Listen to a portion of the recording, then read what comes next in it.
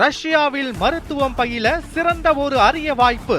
வெளிநாடுகளில் மருத்துவம் பயில சிறந்த முறையில் உதவுகிறது ஏஜே ட்ரஸ்ட் கல்வி குழுமம். மீனாட்சி அம்மன் கோயில் கும்பாபிஷேகம் திட்டமிட்டபடி நடைபெறும் என அமைச்சர் நிர்மல்குமார் தெரிவித்துள்ளார். மதுரை மீனாட்சி சுந்தரேஸ்வரர் திருக்கோவிலின் உபகோவிலான தெப்பக்குளம் பகுதியில் உள்ள மாரியம்மன் மற்றும் காலபைரவர் திருக்கோவில்களின் கும்பாபிஷேக விழா வெகு விமர்சையாக நடைபெற்றது. இவ்விழாவில் கலந்து கொண்ட பின் செய்தியாளர்களை சந்தித்த அமைச்சர் நிர்மல்குமார் மதுரை நகரின் அடிப்படை வசதிகள் மற்றும் கோவில் நிர்வாக முறைகேடுகள் குறித்து ஆய்வு நடைபெற்று வருவதாகவும், குற்றச்சாட்டு உறுதி செய்யப்பட்டால் கடும் நடவடிக்கை எடுக்கப்படும் என்றும் கூறினார். பணிகள் கொஞ்சம் தொய்வாக தான் நடந்துட்டு இருக்குது. திட்டமிட்டபடி கும்பாபிஷேகம் நடக்குமா? பணிகள் முடிக்கூட இல்லை, அதோடைய அமைச்சர் நேற்று கூட அது சம்மந்தமாக பேசியிருக்கிறோம். அவர் ஹெச்ஆர்என்சி அமைச்சர் இதை பார்வையிட்டு இருக்காங்க.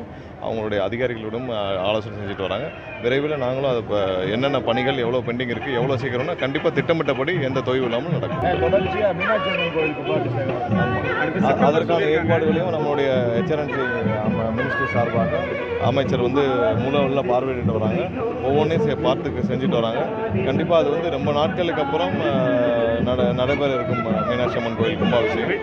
அதை நல்லபடியாக எந்த இதுவும் இல்லாமல் நடத்தி முடிக்கிறதுக்கான ஏற்பாடுகளை அமைச்சரவை சார்பாக நல்ல முறைகேடு இருக்கும். அதுக்கான ஆய்வுகள் நடைபெற்று வருது. கண்டிப்பாக கோயில்களில் போன தடவை அரசில் நிறைய முறைகள் இருக்கிறதாகவும், அதுவும் இந்த தங்கம் கோல்டு டெபாசிட்டில் முறைகேடு நடந்தாலும் பழைய புகார்கள் வந்திருக்கு. அனைத்தையும் ஆய்வு செய்யப்பட்டு வருது. ஏன்னா கோல்டு டெபாசிட்டில் என்ன மாதிரியான ஒரு இது கடைபிடிக்கப்பட்டது, கோயில்களுடைய நிதியில் எப்படி அவங்க யூட்டிலைஸ் பண்ணாங்க, என்னென்ன மாதிரியான யூட்டிலைஸ் பண்ணாங்க, கோல்டு டெபாசிட் ரொம்ப அவசர கதியில் நடந்ததாக போன ஆட்சியில் நிறைய புகார்கள் வந்தது.